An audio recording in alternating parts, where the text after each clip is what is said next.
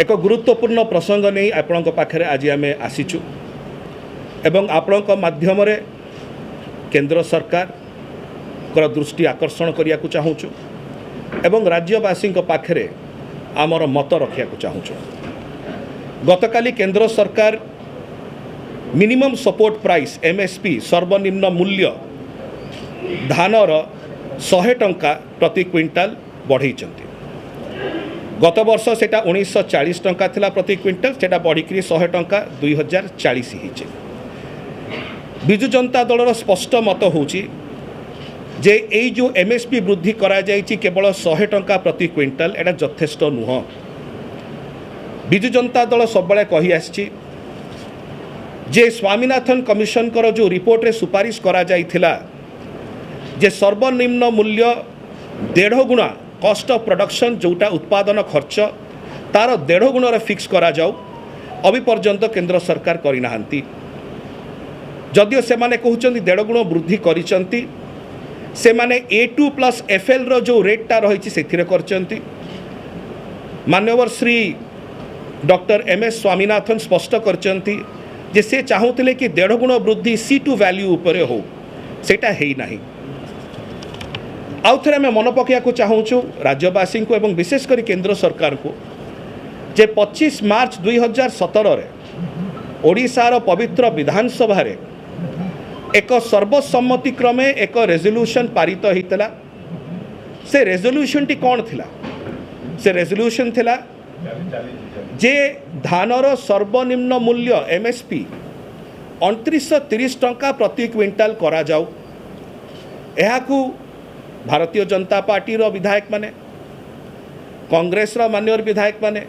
विजु जनता दल रो मान्यवर विधायक माने प्रत्येक जन यहाँ समर्थन करते सर्वसम्मति रे पारित होता।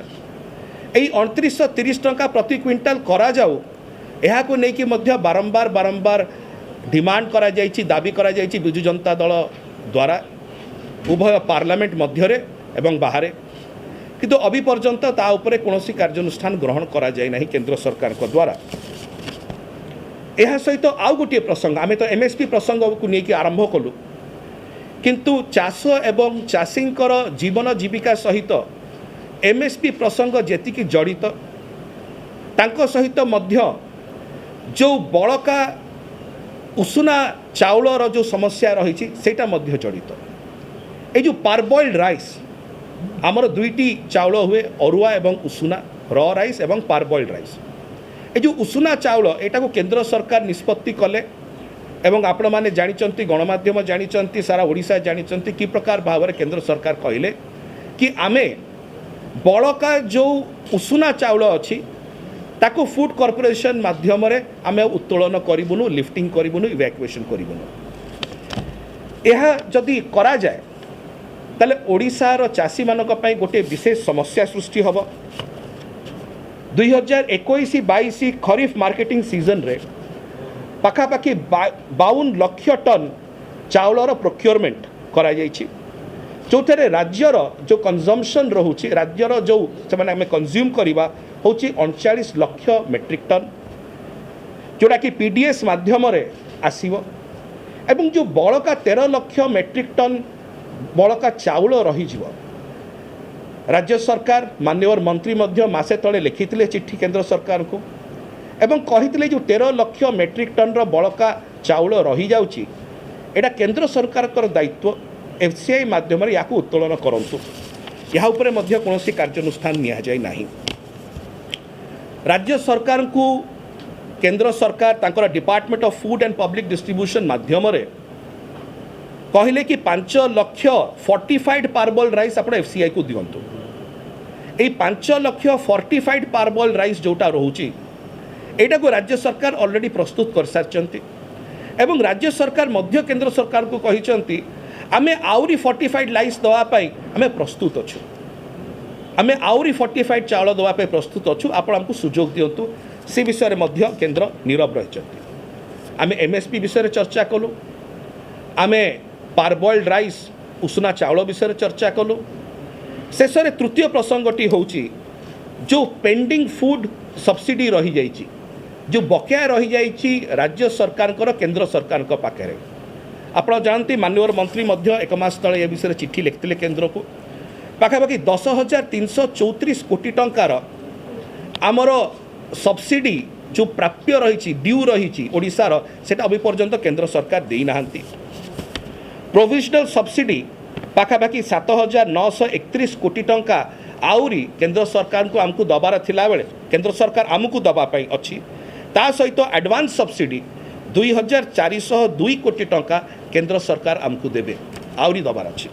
टोटल जदि सब्सिडी क्लेम देखा जाए ओडिशार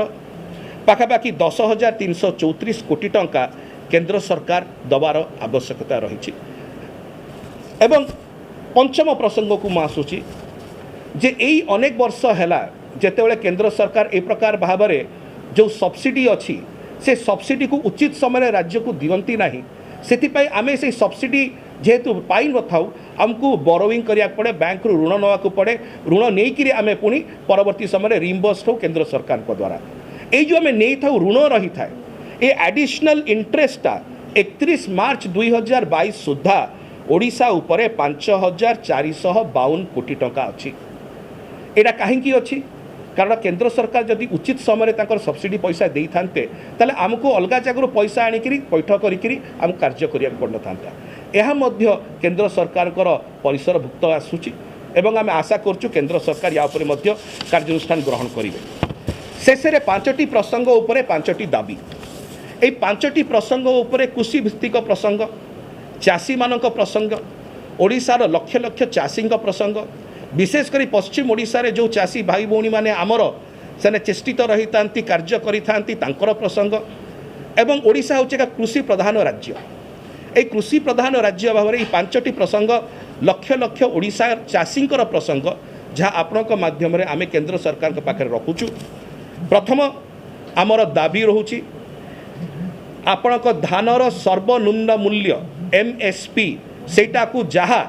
2017 विधानसभा रे पारित करा जाइथिला 2930 टंका प्रति क्विंटाल सेटा करा जाऊ MSP को वृद्धि करंतु एमती 100 टंका 200 टंका 50 टंका नुह 2930 टंका प्रति क्विंटाल करंतु जहाँकि सर्वसम्मति क्रमे ओडिशार पवित्र विधानसभा रे गृहीत होइतिला पारित होइतिला द्वितीय आमर दाबी रोची MSP को 1.5 गुण वृद्धि करंतु जहाँ स्वामीनाथन कमिशन रिपोर्ट कही 1.5 गुण वृद्धि केंद्र सरकार कहते आम 1.5 गुण वृद्धि करूँ कि A2FL रे करछंती से C2 जो वैल्यूटा रही से करना स्वामीनाथन डॉक्टर स्वामीनाथन बारंबार कहते आज्ञा मुझे चाहूँगी C2 वैल्यू उपर आसू से C2 वैल्यू उपर नौ ना तार परवर्ती समय में तर्जमा करवा A2 कौन A2FL कौन C2 कौन किंतु C2 वैल्यू उपर 1.5 गुण वृद्धि करा जाऊ एटा होची आमर दाबी तृतीय रे जो 13 लाख टन मेट्रिक टन आपणकर बड़का उषुना चाउल रही जाउची ओडिशा पाखे एक खरीफ मार्केटिंग सीजन रे 2021-22 से तुरंत लिफ्टिंग करा जाओ केंद्र सरकार को द्वारा FCI माध्यम जो 10,334 कोटी टंकार जो बकाया रही फूड सब्सिडी बिल रही जोटा कि केंद्र सरकार राज्य को दबा कथा सेटा से इमिडिएटली दियंतु एवं सविशेष रे 5,452 कोटी टंकार जो एडिशनल इंटरेस्ट राज्य सरकार बहन करिया को पड़ुची एई डिले पाई सब्सिडी सेटा को मध्य केंद्र सरकार राज्य को दियंतु आमे आशा करूछु केंद्र सरकार या उपरे दृष्टि देवे एवं जो जो जुक्तियुक्त डिमांड गुड़िक रही दाबी गुड़िक रही ताकू कार्यकारी करेंगे।